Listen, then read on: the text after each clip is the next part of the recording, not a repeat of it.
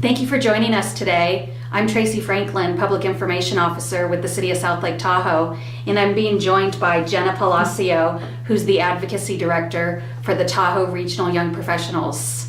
Today, we're going to be talking about Measure P, and Jenna is graciously joining us to ask questions that have been questioned around town.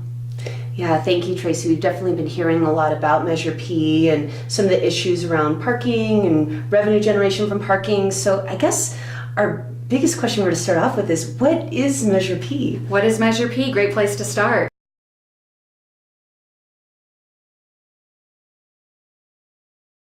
Council agreed to place Measure P on the June 3rd ballot to provide voters an opportunity to determine if paid parking should be a funding source for the maintenance and operations of heavily impacted tourist locations such as Lakeview Commons and Lakeside Park.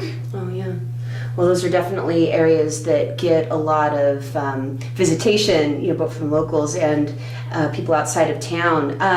As we register to vote moving forward to June 3rd election, what does a yes vote mean? What does a no? It put simplestly, a yes vote on Measure P would remove the kiosks and remove the revenue that the kiosks are producing. A no vote on Measure P would keep the kiosks in place and would continue to generate and receive that revenue money that the kiosks are generating. That money then goes back into the maintenance of those heavily used tourist locations. So the revenue that the kiosks generate pay for their maintenance, pay for their existence, basically. Yes, and I just want to clarify that when we do say maintenance, let's take Lakeview Commons as an example. What a heavily used location, both by locals and by tourists. There's a lot of events going on at Lakeview Commons. There's the boat ramp there. There's clean restroom facilities there. There's the concessions. So that really good tacos. Yeah, absolutely. So that revenue really does go back into the infrastructure there at that location. I see. Okay, so they're fairly they sustain that area and the activities going on there. And absolutely. What's been made available there at Lakeview Commons, which is fantastic for our community. So we hear a lot about parking tickets and the concern about citations. Will a yes vote on Measure P eliminate parking tickets in the city?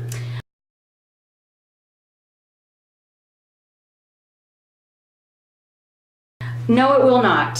I wish. Wouldn't that be great? No, but parking tickets are not eliminated from Measure P. Enforcement of parking regulations, not parking on the street during snow removal. All of those parking regulations are a necessary function of traffic management, and they will continue regardless of which way Measure P goes.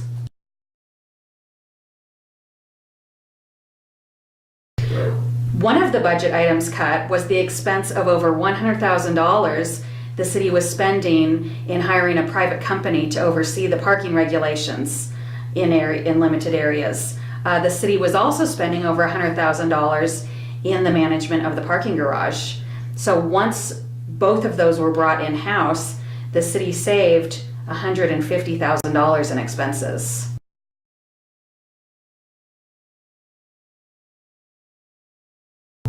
So we talked a bit about the savings that the city put in place by implementing these kiosks. Are there any numbers backing up the revenue that they generate? What makes the city confident that these are the right solution? These are really going to generate that revenue that our infrastructure needs? Sure, no, that's a valid question. There have been a lot of rumors and different information going around town. So keep in mind that these kiosks were installed last summer, between June and July of 2013. In the busy months. Exactly. We're now at May, so we still have not hit a year yet that the kiosks have been in place. So the parking kiosks thus far have generated $240,000 from last summer to March of this year. Now, keep in mind that this figure does include Bellamy Court and Transit Way, just about $60,000 for those two. And also keep in mind that Bellamy Court and Transit Way are not affiliated with Measure P, so they will stay in place.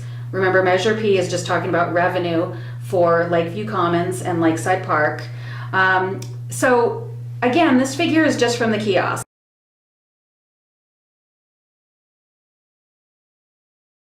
So we're confident that we're going to get to that $250,000 mark. That is the benchmark.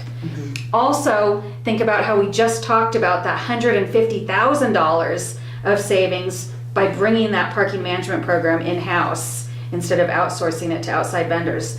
So now you're at about $400,000 that goes back into our general fund budget. And that revenue's used for helping maintain roads, parking lots. I mean, Infrastructure at those specific parking locations, the Lakeview Commons and Lakeside Park. right. And the boat launch area, which is of course adjacent to Lakeview Commons. So areas that are enjoyed by, Locals and tourists alike. yeah, Yes. yeah, those high use areas. I'll definitely be looking forward this summer Absolutely. to the Lakeview Commons series. So they've been in place for less than a year, these kiosks. I mean, how many people have really, do you have an idea of how many people have used them to pay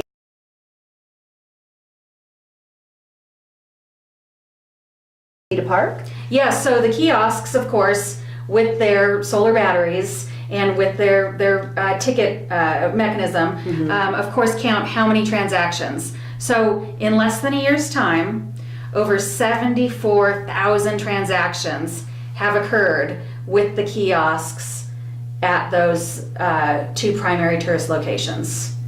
Wow, that's a lot of people. It's quite a bit.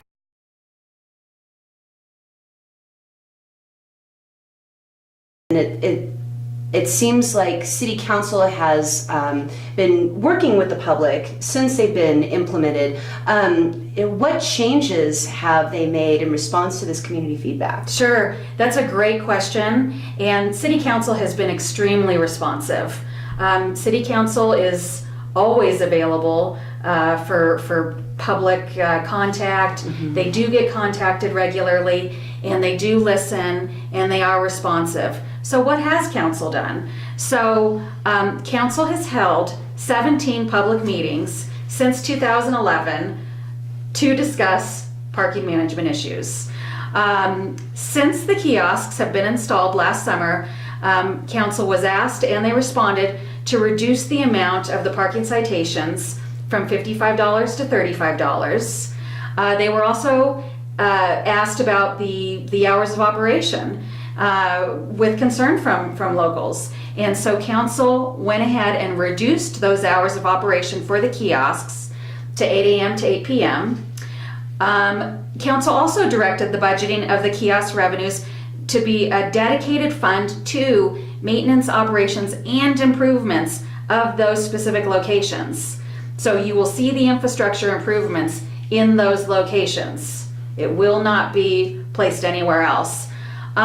City Council also established an annual locals only parking pass. So for $40 a year as a local, you can buy your parking pass and park in any of those kiosk locations. You just hang it in your window, then you're taken care of and you don't have to put any money in the kiosk. So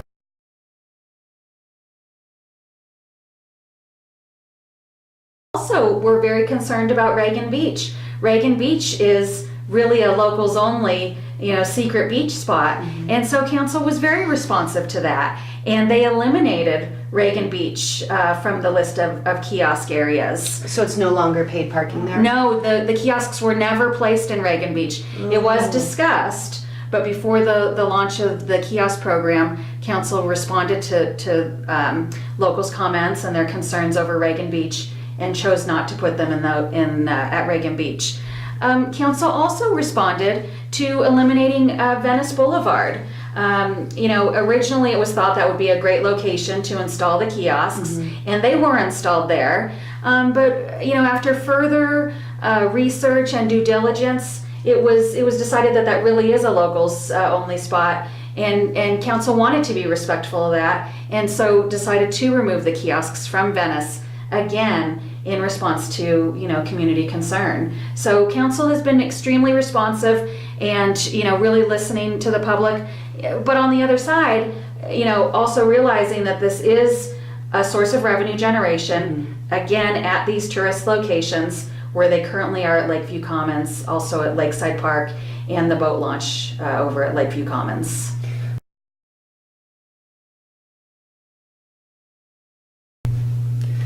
So what I'm hearing is yes on P, voting yes on Measure P means removing the kiosks and the city will not collect that revenue. Correct. And then voting no on Measure P, you keep the kiosks and the city keeps that revenue for infrastructure, streets, parking lots. That's it in a nutshell. Okay, well that makes sense now. So where can people go to get more information and learn more about? We've gone over a lot of the details, but if anyone has a need for further information on Measure P, what do they do?